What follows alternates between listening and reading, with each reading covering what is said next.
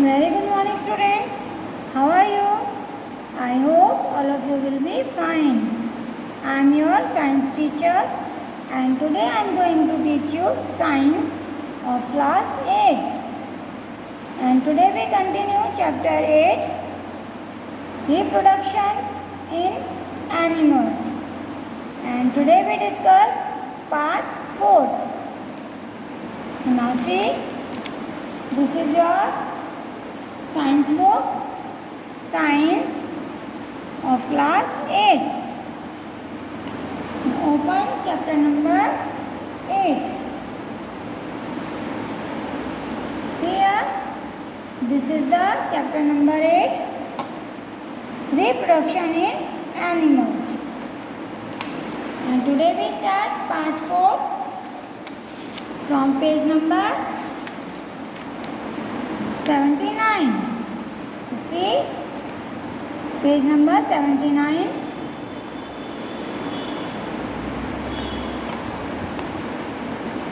Let's start. There are many diseases that are caused and spread only by sexual contact or during sexual intercourse. बच्चों, यहाँ पर बहुत सारी बीमारी ऐसी होती हैं जो एक इंसान से दूसरे इंसान को हो जाती है यानी फैल जाती है। कैसे फैलती है? बाय द सेक्सुअल कॉन्टैक्ट, यानी कि जब वो आपस में सेक्स करते हैं या फिर उसके समय। Such diseases are called sexually transmitted disease. तो इस तरह के डिसीज़ को सेक्सुअली ट्रांसमिटेड डिसीज़ कहा जाता है। The cause of these diseases are microbes like bacteria, virus, yeast and insects. तो इन बीमारियों का कारण है जो माइक्रोस्कोपिक को वायरस होते हैं, बैक्टीरिया है, इनकी वजह से एक इंसान से दूसरे इंसान तक बीमारी हो जाती है। Some sexually transmitted diseases such as syphilis. अब वो बीमारी बच्चों कौन कौन सी हैं?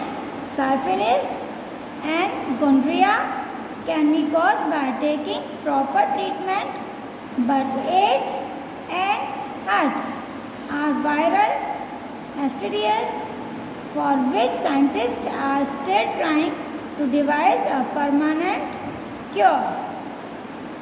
कुछ बीमारी हैं बच्चों जो ठीक हो जाती हैं जिनका हम प्रॉपर ट्रीटमेंट लेते हैं, वो जैसे हैं आपकी मैंने बताया साइफिलिस और गोनोरिया। लेकिन कुछ डिसीज़ बच्चों अभी भी ऐसी हैं जो उनका ट्रीटमेंट करने से पूरी तरह ठीक नहीं होती हैं। साइंटिस्ट अभी उसका पूरा ट्रीटमेंट कैसे किया जाए उसके लिए अभी वो ट्राई कर रहे हैं, यानी कि उसको हम जड़ से ख़त्म नहीं कर सकते, पूरी तरह से बीमारी को ख़त्म नहीं किया जा सकता, लेकिन हाँ प्रिकॉशन लेकर उसे हम कंट्रोल में रख सकते हैं। लेकिन वो पूरा इंसान ठीक नहीं होता, तो वो है एड्स और हर्प्स। इसका परिणाम बहुत ही बुरा होता है। जब कभी ये बीमारी हो जाती है बच्चों, तो लास्ट में कितना भी इसको रोका जाए, कितना भी आप ट्रीटमेंट ले लीजिए, एक टाइम ऐसा होगा जब उस इंसान की इस बीमारी से डेथ हो जाएगी। इसलिए साइंटिस्ट अपनी लगातार कोशिश कर रहे हैं कि इन बीमारियों का पक्का जो ट्रीटमेंट है वो निकल आए, जिससे कि इस बीमारी से बचा जा सके। AIDS is a dangerous disease. एड्स एक बहुत ही खतरनाक बीमारी है that weakens the immune system of patient. इस बीमारी में क्या होता है, जो पेशेंट है उसका इम्यून सिस्टम बहुत ही कमज़ोर हो जाता है। Hence, it is important to maintain sexual hygiene to keep oneself safe from such diseases and to avoid sexual relationship with several partners. तो इस बीमारी से बचने के लिए बच्चों ये बहुत ही ज़रूरी है कि इंसान को अपने पार्टनर से दूर रहना चाहिए, उसके साथ कोई भी सेक्सुअल रिलेशनशिप नहीं रखनी चाहिए और हमें जो भी बचाव के ज़रूरी बातें हैं उनको हमें ध्यान में रखना चाहिए। To prevent the spread of these diseases, तो इस तरह से हम इस बीमारी को फैलने से रोक सकते हैं। Now next is determination of sex of a baby, यानी कि बेबी का सेक्स हम किस तरह से पता लगा सकते हैं, यानी कि जो बेबी है वो लड़का है या लड़की, किस तरह से हम उसका पता लगाएंगे। So this is determined by a special part of our body cells called chromosomes. तो इसका पता लगाने के लिए हमारे बॉडी में एक स्पेशल पार्ट्स होते हैं जिन्हें हम क्रोमोसोम कहते हैं। These are located inside the nucleus, और ये जो क्रोमोसोम है बच्चों, ये हमारी जो सेल है, मतलब बॉडी के अंदर जो सेल्स होते हैं, कि हमारी बॉडी तो बच्चों सेल से ही मिलकर बनी है, तो सेल्स के अंदर न्यूक्लियस होता है। तो ये न्यूक्लियस के पास होते हैं, उसके अंदर होते हैं। Chromosomes are thread like structures, ये न्यूक्लियस के अंदर धागे की तरह इनका स्ट्रक्चर होता है, बनावट होती है।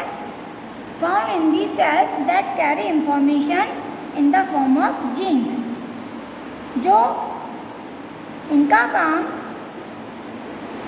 जीन्स को एक पर्सन से दूसरे पर्सन में ट्रांसफ़र करना।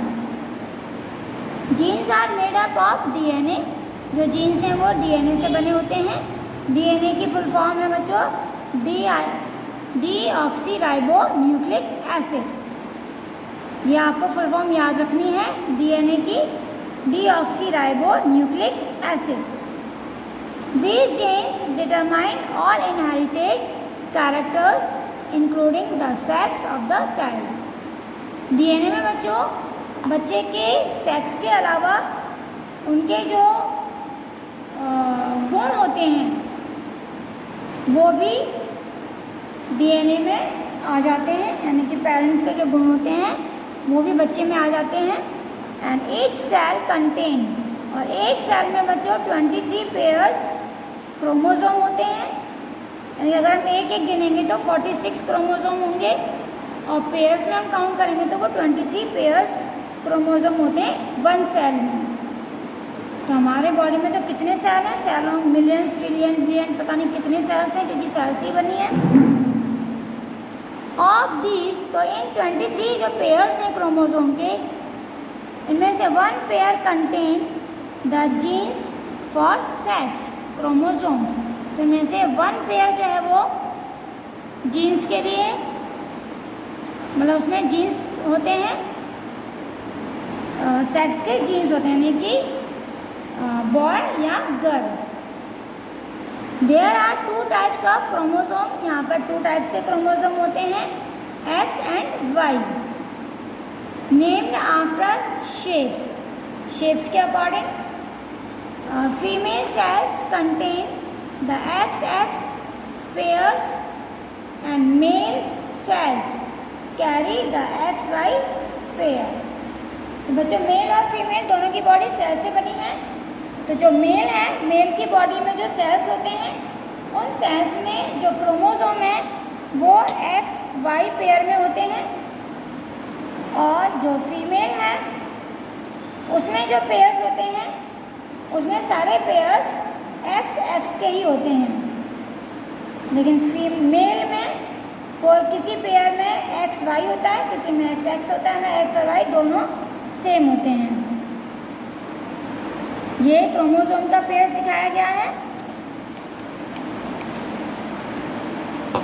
अब देखिए यहाँ पर ये चार्ट आपको दिखाई दे रहा है, ये क्रोमोसोम का है, role of chromosomes in sex determination, कि कैसे हमें पता चलेगा कि लड़का है और लड़की का। तो क्रोमोसोम मैंने आपको बताया 2 टाइप्स के होते हैं, एक्स एंड वाई। जो मेल है, मेल की बॉडी में 2 टाइप्स के क्रोमोसोम होते हैं, एक्स और वाई, और फीमेल में एक ही टाइप के होते हैं, XX, लेकिन पेयर में होते हैं। देखिए यहाँ पे मेल सेक्स और एक्स और वाई 2 टाइप्स के होते हैं। ये इसमें XX एक ही टाइप का होता है। यहाँ पे गलत हो गया है प्रिंटिंग में, जिसे आप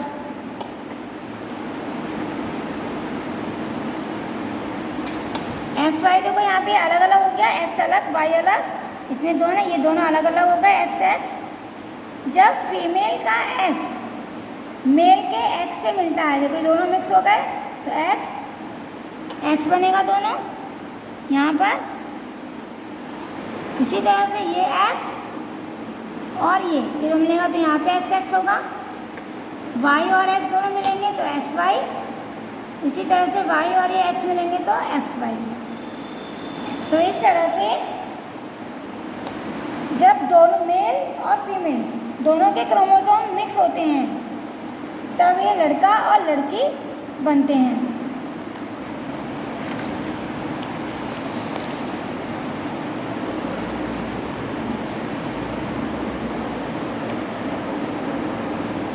The gametes contain only one set of chromosome। तो बच्चों जो रिप्रोडक्शन के समय जो गैमेट बनता है उसके अंदर जो क्रोमोसोम होता है सिर्फ उसमें वन पेयर ही होता है। ये नहीं कि 23 पेयर आ जाएंगे, नहीं, वो वन पेयर, क्योंकि वो एक एग है, उसमें वन पेयर ही होता है chromosome and consisting of one member of each pair. उसमें से एक क्रोमोसोम मेल का होगा और दूसरा क्रोमोसोम फीमेल का होगा। तो female egg cell contains X, क्योंकि फीमेल में तो मैंने बताया दोनों एक्स ही होते हैं, इसमें तो वाई होता ही नहीं है। तो X chromosome to represent the sex chromosome, while a male sperm cell may contain either of the two sex chromosomes x और y। अब मेल में या तो वो x भी हो सकता है या y भी हो सकता है फीमेल के x के साथ। The sex of the body baby depends on the sperm which fertilize the egg. If the sperm carrying X chromosome fertilize the egg, it would be a girl। देखिए जब अगर दोनों X होते हैं यानी कि फीमेल का भी X और मेल का भी X, जब दोनों के क्रोमोसोम XX एक साथ मिलते हैं तब लड़की बनती है, यानी कि बेबी का लड़की का जन्म होता है। और जब उस एग में फीमेल का X और मेल का Y क्रोमोसोम एक साथ मिलते हैं तब बॉय का जन्म होता है, यानी कि लड़के का जन्म होता है। सो पार्ट 4 में आज हम इतना ही करेंगे। So thank you, have a nice day.